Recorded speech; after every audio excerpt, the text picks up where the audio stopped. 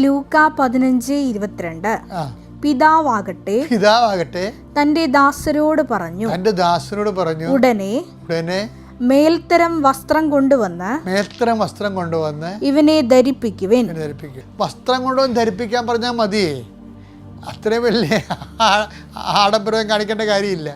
പക്ഷെ ആഡംബരത്തോടെയാണ് ഈ അപ്പൻ സ്വീകരിക്കുന്നത്. നിന്റെ പശ്ചാത്താപം ദൈവരാജ്യത്തിൽ നിന്നെ പരമപിതാവ് സ്വീകരിക്കുന്ന ആഡംബരത്തോടെയാണ്. എന്താ കാര്യം? You got retain the heavenly status. നഷ്ടപ്പെട്ട കൃപയാണ് തിരിച്ചു കിട്ടുന്നത്.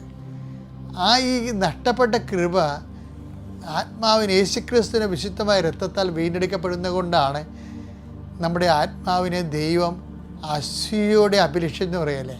അതാണ് ആ നഷ്ടപ്പെട്ട കൃപ തിരിച്ചു കിട്ടുന്നതുകൊണ്ടാണ്.